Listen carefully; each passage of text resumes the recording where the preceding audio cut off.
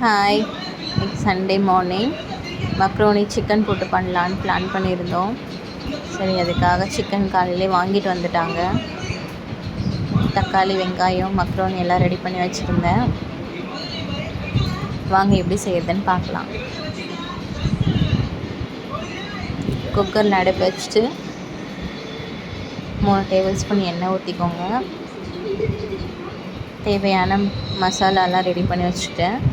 Whole spices எல்லாமே எண்ணெய் ஊற்றி ஸ்பைசஸையும் அதில் போட்டு நல்லா வதக்கிட்டேன்.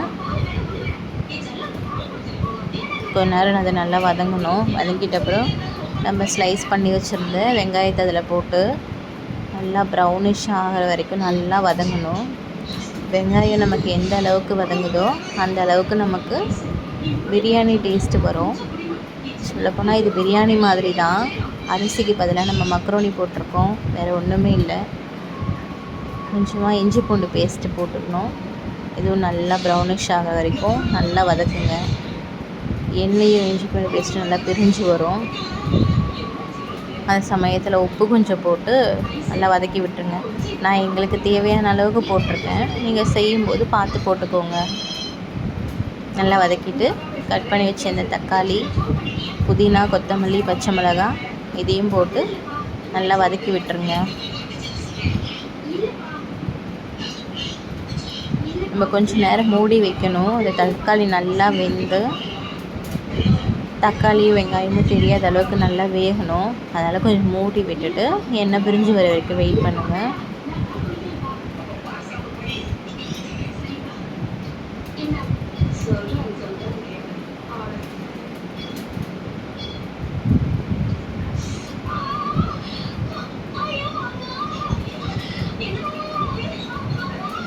பாப்பா அதுக்குள்ளே ப்ரஷ்லாம் பண்ணிவிட்டு உட்காந்துட்டு இருந்தாங்க. அம்மா பசிக்குது, என்னம்மா செய்கிற, பிரியாணி வாசனை வருதுன்னு கேட்டு வந்தா.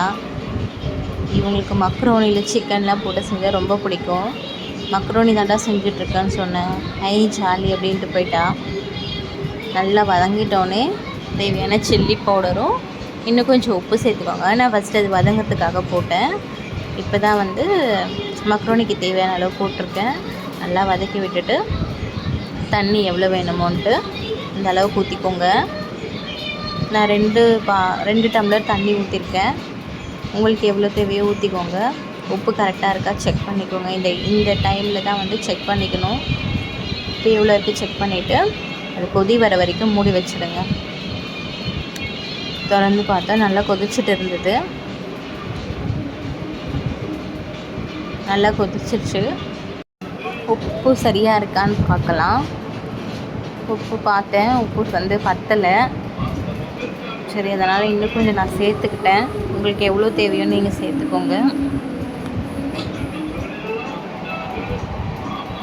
இப்போது 1/2 கிலோ மக்ரோனி வாங்கியிருக்கேன். அந்த மக்ரோனி பேக்கெட் அப்படியே அதில் கொட்டிடலாம்.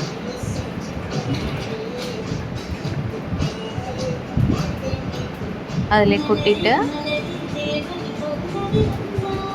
அது அப்படியே ஒரு கிண்டி விட்டுருங்க.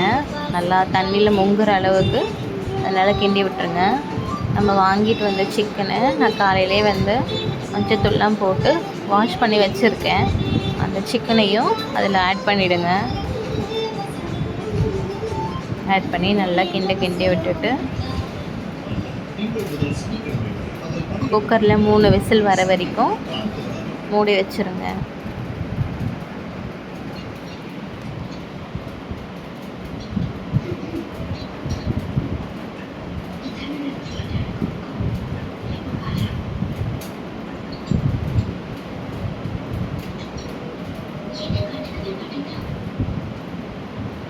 குக்கரில் விசில்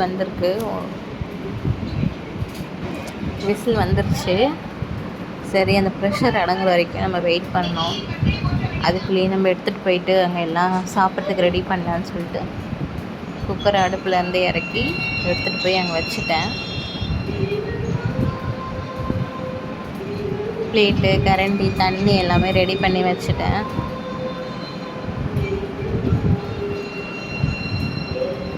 எல்லோரும் சாப்பிட்றதுக்கு ஆஜராயிட்டாங்க.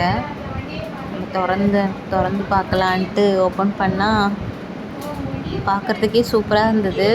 இன்றைக்கி தாங்க இது ஒழுங்காக வந்திருக்கு. இன்றைக்கி மட்டும் நான் ஒழுங்காக வரல, அவ்வளோதான். நான் இன்றைக்கி மாட்டினேன் இவங்கக்கிட்ட. நான் நல்லா வந்திருக்கு. உப்பு காரம் எல்லாம் கரெக்டாக இருந்தது. இன்றைக்கி தான் எப்பயுமே செய்யும்போது சொதப்பிடுவேன். இன்றைக்கி என்னவோ இது நல்லா வந்துருச்சு.